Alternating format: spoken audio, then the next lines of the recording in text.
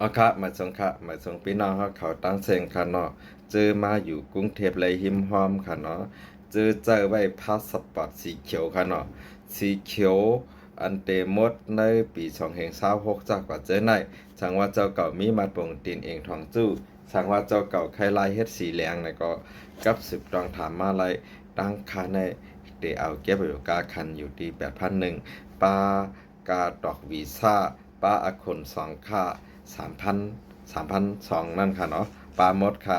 แล้วก็อันสุดเจ้าโหลเลยหางแฮนมาหางแฮนหางละลายเนี่ย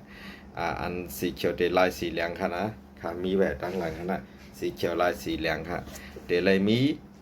มัดป่องตินเองทองจู้แล้วก็ไหวแนมลิดค่ะเนาะเพราะเป็นวัดอันเฮ็ดวัดมาเองก็เดลายมีไหวเฮ็ดการปต42อำนั้นไหวเสร็จ 1,000 วาทเยี่ยวก็ไว้ตรวจอัตลักษณ์ค่ะเนาะเพราะว่าสีเขียวไคลายสีเหลืองกาคันเตอยู่ที่ 8,100 วาทค่ะเนาะทั้งขาวเยี่ยวก็เพราะสีเขียวลายสีเขียวในเมื่อเส้นได้ลัดกว่า5,500ก็กะเงาลายมันไปเปิดแท้มีหลังงบงี้กันลายภายต่างที่เอาขายได้ขามพวกเนาะในกาคันบริษัทค่าตั้งค่าเนี่ยอยู่ที่ 6,500ได้ป้าอักคน2ก็1,800ป้ากาย่ายวีซ่าค่ะเนาะเมื่ออันโอกา5,500นั้น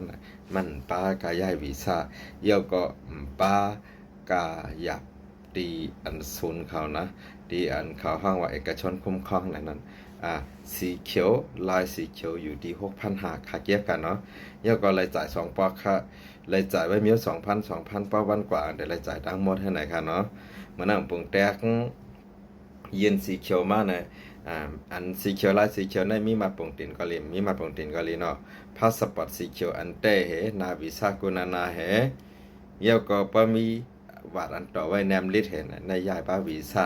ปากาภาษีเนี่ยค่ะเนาะสังว่าอยู่กรุงเทพเลยหิมห้อมเนี่ยค่ะเขาหับ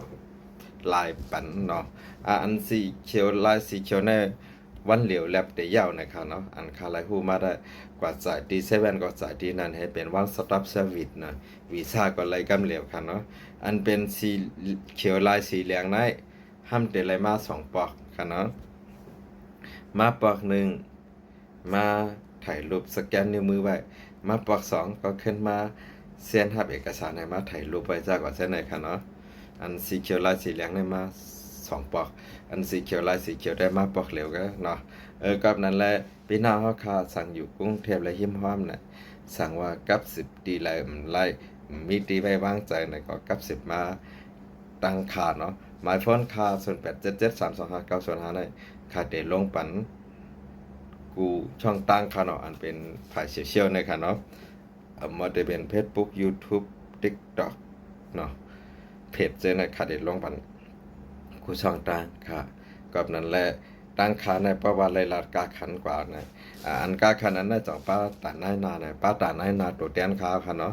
ตัวแตนค้านั้นเมื่ออันตั้งจะมาส่งเนี่ยเดี๋ยวแล้วมาส่ง10ก็ขึ้นกันเนาะแล้วก็อันค่าต้องนะค่าก็ว่าค่าไรส่งกับอันตัวแตนค่าตั้งนำตั้งแล้วสั่งว่ามังเจอคัดกับ10กับไล่หู้เนี่ยก็วิดีโอเนี่ยค่ะก็ลงบรรลัยช่องตั้งโดดแดนค่ะก็กับ10ต้องทำมาไล่ว่ามีตาในนากาหือเย้าก็เดี๋ยวไรเฮ็ดหือเนี่ยเนาะอันเป็นนายนาเก่าๆอัน40ปลายนั่นค่ะเนาะสั่งว่าใครส่งการตั้งค่าส่วนแต่ตั้งค่าในคำว่านายนาเก่านายนาใหม่นะเย้าก็ยินหลีครับดอนกูก็เนาะคลิปวิดีโออันใดก็ได้มีกว่าลาดมาแต่มีหมอก4 มินิปลายค่ะเนาะก็ยินจองค่ะในพี่น้องเขาต้องทำกันมาอะไรค่ะเนาะ